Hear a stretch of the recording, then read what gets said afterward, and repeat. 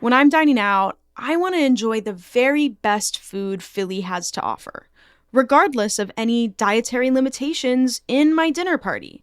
So, whether my vegan bestie is coming in from out of town or I'm going out with my aunt who has a shellfish allergy, I've got to know how to navigate restaurants for all of these different needs, especially if I'm going to pay the big bucks to eat out. So I tapped our food contributor, Alisha Miranda, whose seafood allergy never stopped her from being a food reporter, to serve as a guide through the dining experience when you have specific dietary needs. It's Tuesday, March 26th. I'm Abby Fritz, filling in for culinary. Here's how to get the most out of Philly's dining scene, even if you have to avoid some ingredients.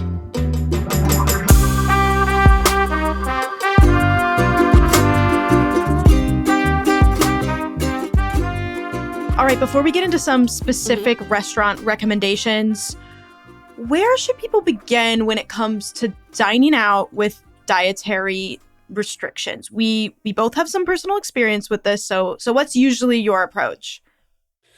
I usually over communicate and do my research. In this day and age now, when you make a reservation, there's usually a little kind of box that comes up for people to fill out their allergies. And that is then, supposed to be communicated back to the restaurant and to the kitchen. So however you need to get in touch with a restaurant that you're interested in visiting, do it. Call them if they have a phone number, email them, DM them, walk into the place. And I would say to just be as specific and clear as possible.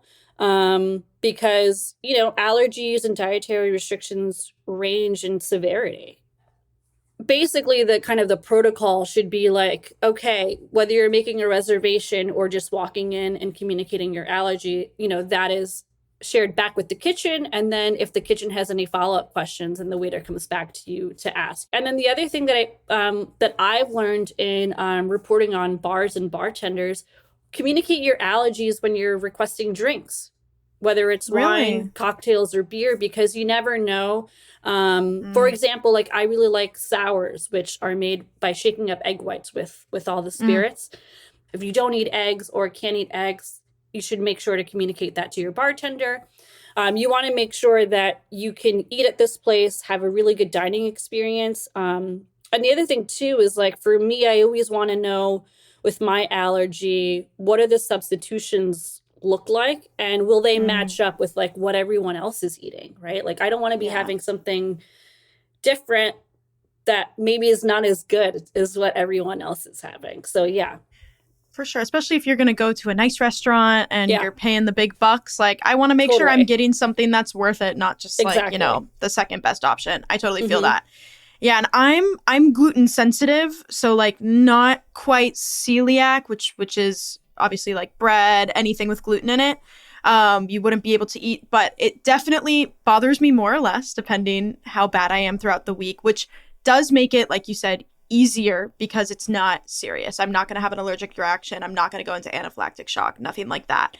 But I do think I love being able to call on the phone and be like, hello, do you have X, Y, and Z? I think that is always the best option. And usually I'm just trying to figure out in advance if this is going to work for me or not. And honestly, being gluten sensitive, I feel like the hardest thing for me is beer. There's a lot of gluten in beer, actually. It's like a gluten bomb. Could you have cider, though? Is cider better? Yes. And I was going to say, if I'm not trying to down cocktails, I love a good cider. One of my favorites in the area is Young American Hard Cider and Tasting Room. It's out in Germantown. Have you been?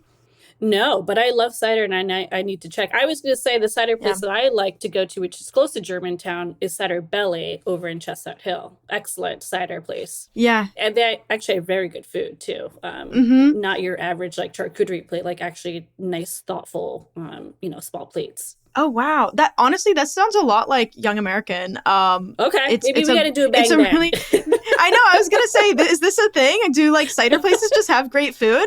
Because they have awesome stuff. Always soup too, which I think is a really easy gluten-free option for me. And all of the cider they make is sourced from apples in Pennsylvania, which I love. So I don't know. Oh my God, yeah. On the we're up. Gonna have to do a bang bang and do young American and Cider Belly, because Cider Belly has a similar ethos. Cool. Love that. How about you in terms of your own? I mean, my allergy is similar. It's not severe and it's easy to avoid. So I'm allergic to shellfish, which, I had to kind of copy and paste the scientific or medical descriptions for restaurants, because I've talked to a lot of chefs and they're like, give me the animal name and then it's easier for us to figure it out. But so it's shellfish and mollusks, including gastropods. So it's like abalone, bivalves, which are like clams, oysters, mussels, but also something called cephalopods. So like squid and octopus too. Even though squid and octopus doesn't have shell, at least I can have regular fin fish. So, I love whole fish. I do love seafood. So I can have regular fish, which is great. And, mine's pretty easy to avoid. It only becomes really difficult with certain cuisines, like specifically like Southeast Asian food, or sometimes just Asian food in general, because they love to use, like shrimp paste and shrimp broth. And like that becomes a little bit too challenging for me to avoid, or for them to change it up and accommodate. I mean, it would require them to change up the entire recipe of a dish in most cases. So, unfortunately, there's like some restaurants like Kalea and Mon that I will just like never go to. Well, I mean, my heart goes out to you. Anybody who's listened to me talk about food on the podcast, I love seafood. Oysters are like my go-to. I grew up eating them on the coast, on the California coast with my family. I feel like for me, bread is definitely a little harder to avoid. I do love being able to go to like soup places or pho places. I think it's really easy to substitute like rice noodles instead of egg noodles. That's like an easy one for me because egg noodles generally have flour, which is gluten. Nanzhao Hand-Drawn Noodle House in Chinatown is really good for that. You can literally sub rice noodles and everything. And then sometimes places will have like gluten-free bread substitutions available. Oh Brother over in Old City, they do have a decent gluten-free like hoagie roll situation. When I've gone with friends to grab a cheesesteak or something, I do say get it toasted though. Get anything gluten-free toasted. I feel like it helps a lot. Interesting. Okay. I didn't realize Emmy Squared pizza can be gluten-free. I didn't know that. I love Emmy Squared pizza. That's a really good one. It's really good. Even like Kismet Bagels does gluten-free options. Liberty Kitchen, I know for sure. Tula Pasta, if no one's been in Fishtown, is amazing. That's awesome. Yeah, newsletter editor Siani Cologne did a whole guide about where to eat gluten-free in Philly. In that, she mentioned South House, which is this little bar in South Philly. 2 blocks from where I live. Yeah, and I have gone there so many times and it's good. They have really great citywide options. They always have fun, like with like blackberry shots and different whatever. But they also offer gluten-free burgers, cheesesteaks, and wings, which I didn't know. Okay, good to know. How about tasting menus, Alisha? That to me was one of the first things that came to mind, because I'm like, oh, you cannot substitute things when you're generally getting a chef's menu or a tasting menu. So are there any in the city that are accommodating? Yeah, I think some are not and some are. Again, like doing your proper kind of research and reaching out ahead of time with specifics and having a conversation, with,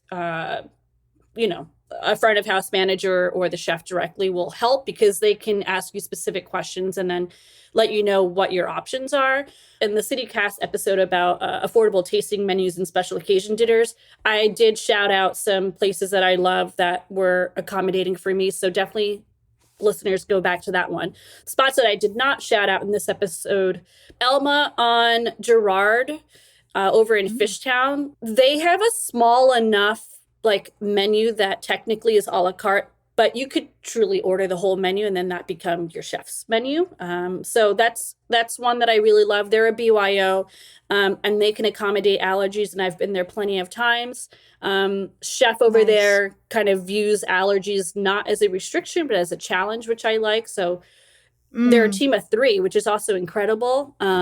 So they kind of take that challenge seriously. So Elma in Fishtown. I have done Royal Sushi Omakase for a long time, and I don't know if it's still on there, but on their website, they said, like, we don't accommodate dietary restrictions. So I was like, okay, well, I'll never eat there. But I ended up having a conversation with Chef Jesse, and he was like, oh, no, you're good. And he was able to kind of guide me through the menu. And honestly, out of like the 17, 18, plates of omakase that you get, only 2 had to be substituted for me. Oh, wow. So yes, so Royal Sushi Omakase, despite what they say online, if you have a conversation with that team, I think that they could be accommodating. So I'll shout out those They'll hook 2. you up. Nice. That's awesome. And I mean, Royal Sushi is a hard reservation. Yeah, and you want to make it count. So, exactly. All right, let's get into some specific dietary preferences. First one come to mind, vegetarian, vegan. I myself used to be vegetarian once upon a time. And I think there's a lot of options out there. Yeah, and I think Philadelphia is just such a big veggie and vegan city. I mean, I've been here now for more than 10 years, and I've had vegan friends come down, and they're really impressed by how many places that they can go to. Some places that I've been to that I really love. So Pietramala over in Northern Liberties is just incredible all the way around. Like dining experience wise, hospitality wise, food wise. I believe that they got their Michelin Green recognition for sustainability, which is amazing. They really have set the bar for what modern plant-based food can be in a way that you do not miss meat at all. They're super creative. It's a really nice, cozy space in Northern Liberties. Like, you probably have passed it 1,000 times because it's so kind of like hole in the wall kind of a place. But yeah. Another place that I really like is Sorinez. So Sorinez is like up in the Fishtown, Kensington area on North American Street. So they focus on food from central Mexico, and they do work with a lot of indigenous ingredients from Mexico, which happen to be, vegetarian. So they do have some good vegetarian and plant-based dishes. They also make their own masa in-house, which is really cool. So yeah, I think there's some good options. I've been wanting to check out Veganish over in West Philly. It's in like the Carroll Park neighborhood. Okay. It serves plant-based comfort food. And what I love about it is like they take the ish very seriously. They also offer pescatarian options occasionally. And a lot of it is kind of this like vegan burgers, vegan milkshakes. They're trying to take things that you might miss if you are going vegan or vegetarian or things like that, which it can be hard to find and can maybe scratch an itch. I think similarly, something that I learned from having vegan and vegetarian friends visit over the years is like, we actually have a good number of like neighborhood bars and restaurants that do vegan food really well. So I live near Passyunk, so like places like Triangle Tavern and Punk Burger are really great for those dietary restrictions and preferences. So I have found that the neighborhood spots are like really accommodating, which is a little surprising, but great. People have options. I've heard about the Triangle Tavern vegan wings. I know that is hot out there. Yeah, my friends really love their vegan cheesesteak. So all right. Well, we've got some more recs for dining out with different dietary needs after the break.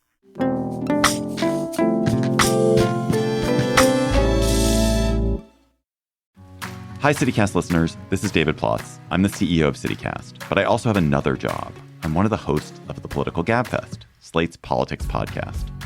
Every week, I get on mic with my co-hosts Emily Bazelon and John Dickerson, and we talk about politics and a lot more about other things that we care about. The Gabfest has been going for more than 20 years because the three of us love talking to each other, and we have an amazing community of listeners. If you like the open-hearted, curious way CityCast approaches cities, I think you'll like the Political Gabfest too. Stream it on YouTube or wherever you get your podcast. Another big allergy is nut allergies, and I know this can be really serious. I think, like you already mentioned, call ahead, especially if it's something that needs to be taken very seriously. Some places I know off the top of my head, like Franklin Fountain, the ice cream shop over in Old City, they offer sanitized scoops. So like they will separately wash everything and scoop things for you away from anything else that can have nuts. I've heard that is like, as long as you ask for a sanitized scoop, they're really good with those types of practices. Also, Namwa, a dim sum place in Chinatown, they are 100% nut free. That's cool. So that's a really great option too. If you're looking for places that are sensitive about this type of allergy. But yeah, always call ahead. I did come across a lot of people were talking about White Dog Cafe, which has a lot of locations, but the one in University City I'll shout out because it's here in Philly. They do a really good thing where they display kind of like all the allergy ingredients across their menu, so you can see ahead of time. And I think that's they have like really all the cool. little like the little icons symbols. or symbols. Yeah. Okay, cool. So I've seen that before. And it's online. I saw it when I was researching this, so that's a really helpful thing. When I was talking about this story, host Trinary had mentioned that halal dietary needs were definitely something we need to talk about in this episode. So halal food refers to meat that's been butchered according to Islamic guidelines. And there's a lot of, I didn't realize how many places are actually followed halal rules. Like in Philadelphia, Hardana in South Philly, they have a rotating menu of wonderful Southeast Asian halal cuisine options. I love that spot. You can go, you can load up a plate on this kind of like a buffet style. Yeah. And so you can pick and choose what you want. I feel like when I want to like eat big, I go there. I'm going to fill up the plate. And then I think West Philly too. There is a concentration of options out there. One that's been on the brain for me is Kababish. It's a Pakistani restaurant in University City. I have been wanting to check them out, especially for their meat cuts. Yeah, I mean, West Philly has, a big concentration of Islamic people and African-American people. So that I really love West Philly because it's a neighborhood that is feeding its people. Like it's cooking food for its community. So they're familiar with, the religious references, the cultural references to offer things that the community does want to eat and probably can't find many options elsewhere. I spent like the first day of the new year walking around West Philly, kind of catching up on dining options. So one place, now they have two spots, but like the people that run Down North Pizza also are halal. They have like a daytime spot now called Out West. So that's one that's really awesome. Yeah. That's like that like cafe, breakfast spot. Exactly. They serve coffee too. Out West also has like NA wine. They have like a little mini market with snacks and pantry items. Yeah, I think just West Philly in general, I think it's such a great kind of destination for halal food because they're serving their own people, they're serving their community. So there's plenty of options. For sure. There are a lot of kosher-friendly spots in Philadelphia, and kosher refers to food that's prepared following Jewish dietary laws. I didn't realize this, but there's actually like a kosher certification you can get. And there's a list that's put out by a synagogue in Philly that lists like a bunch of different places. It kind of collects the people that have this certification, which I think is super useful. And we'll definitely link that in the show notes.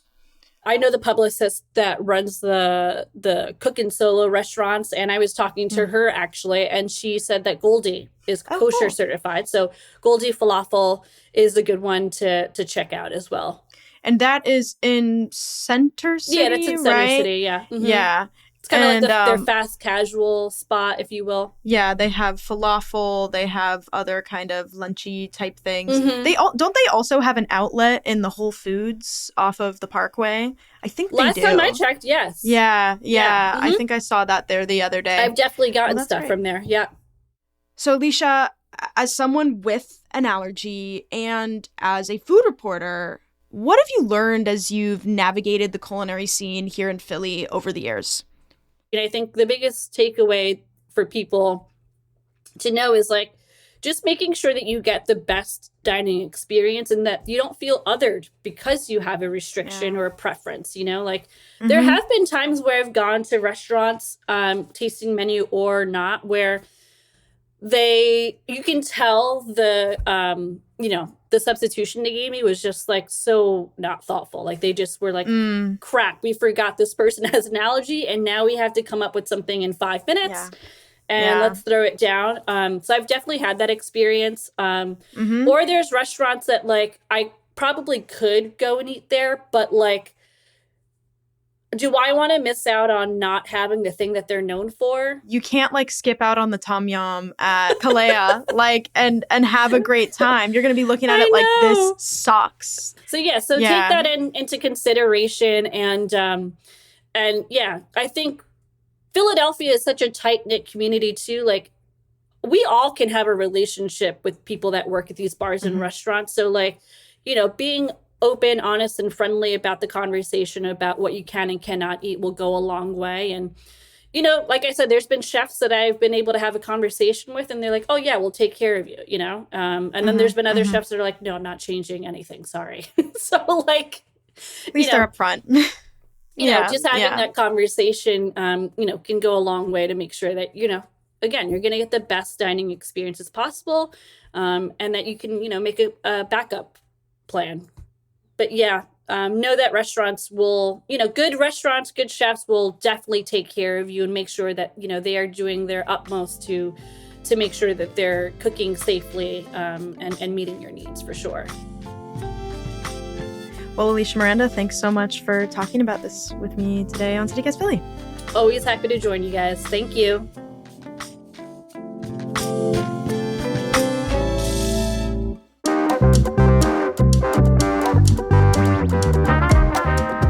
That's all for today here on CityCast Philly. If you enjoyed this episode, go grab a reservation at one of those restaurants we mentioned. Also tell a friend, rate the show, leave us a review, and subscribe. Be sure to sign up for our morning newsletter to learn more about what else Philly's talking about. And don't forget, you can support this show and get great perks by becoming a CityCast Philly neighbor at membership.citycast.fm. We're going to be back tomorrow morning with the Friday News Roundup. Bye.